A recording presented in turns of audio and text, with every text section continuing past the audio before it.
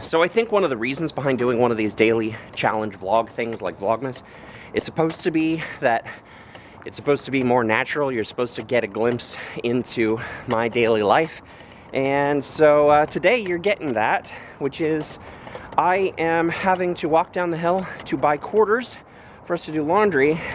And because I didn't have any cash in my wallet, I had to steal 20 bucks from my son's birthday fund, little envelope we have, so that I can get some quarters, write an IOU note to my son, so that I can do some laundry today.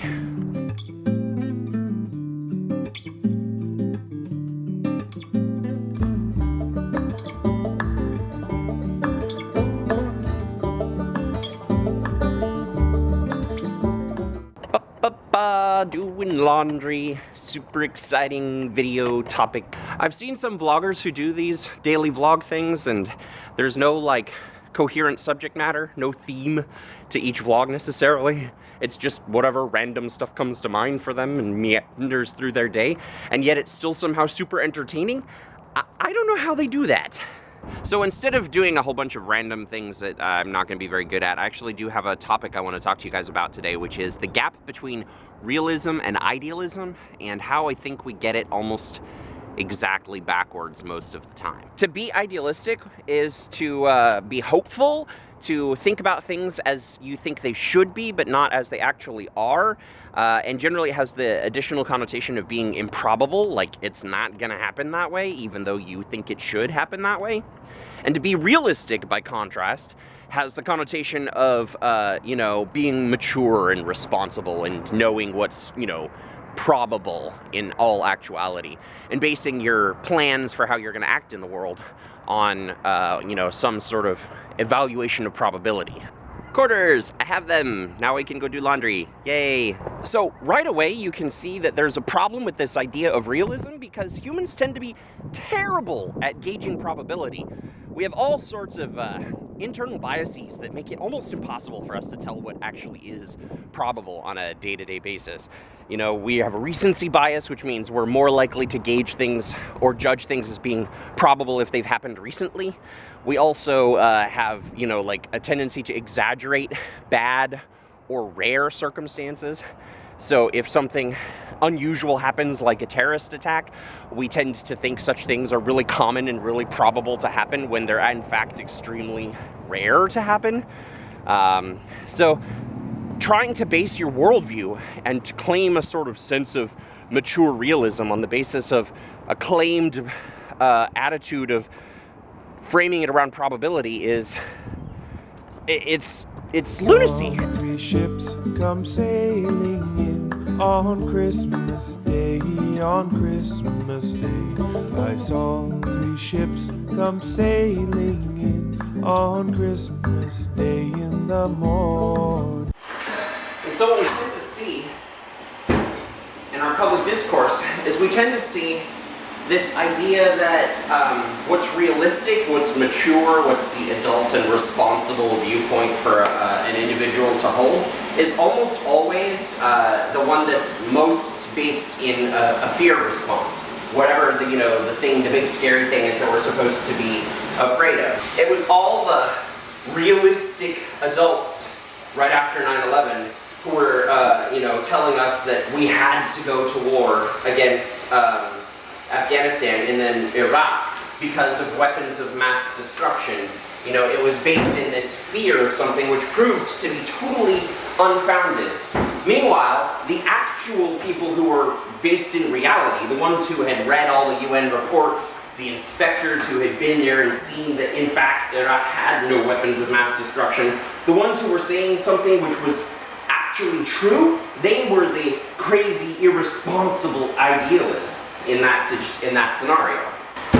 Similarly, the people now who are agitating for us all to be afraid of Syrian refugees coming here are claiming a posture of, mature, wisdom, being responsible and realistic in relation to the perceived danger of terrorists sneaking into the country as refugees.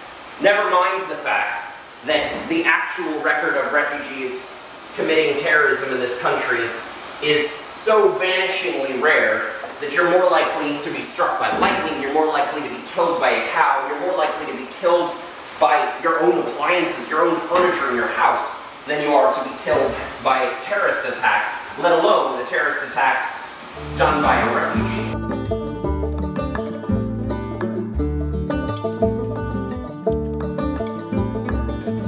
And today, I read an article on Salon which said that progressives should all vote for Hillary Clinton. We shouldn't vote for Bernie Sanders in order to be realistic, because Bernie Sanders is never going to win in the general election. And, therefore we should vote for Hillary because we should all be afraid of the alternative, which is, a Republican candidate or a conservative candidate getting elected.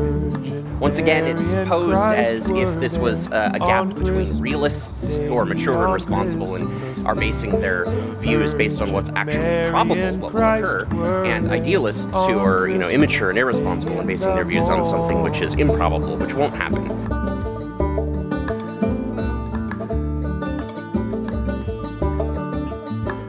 But what's realistic about repeating the mistakes of the past and expecting them to result in new outcomes this time around?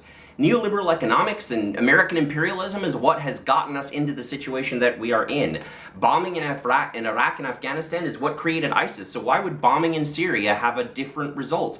Every single time that we have attempted to use violence to solve violence, it has only and always resulted in more violence. There is nothing less realistic than believing that you can solve a violent situation with super violence. Okay, I take that back. There might be one thing less realistic, which is believing that you can somehow solve our economic and environmental crises, which has been created by unfettered greed, by continuing the same neoliberal policies which have brought us here in the first place, by continuing to play into the hands of Wall Street and bankers and the 1%. What goes under the name of realism in these conversations is actually nihilism. The bus has been being driven toward a cliff for a long time, and when some people say, hey, maybe we should change who's driving the bus, other people shout, well, you can't do that, be realistic. The driver of the bus has to be wearing the bus driver uniform. What's ironic is that the self-appointed arbiters of what's responsible and realistic and mature end up coming across to me as extremely naive. Believing that, we can just keep doing exactly what we've been doing and, maybe change the window dressing a little bit and we'll get magically the results that we all are hoping for out of it. When the Magi visited Herod, Herod told them that his intention was to give honor to the boy that had been prophesied to become king over Israel. The Magi weren't naive enough to believe that. They were warned and didn't return to Herod to tell him where the boy was. But had they expressed to Herod their doubts about his intentions, I have no doubt that the way that Herod would have framed it is, now come on, Magi, be realistic. How is this boy going to become king over Israel if he doesn't have my blessing? If he doesn't receive the benediction of the powers and authorities in Rome? The only path to power in Palestine, after all, goes through the imperial seat in Rome. So, if you don't tell me where the boy is, and I don't get to go and pay my respect, pay homage to this boy, how do you expect, realistically, for this boy to actually become king over Israel?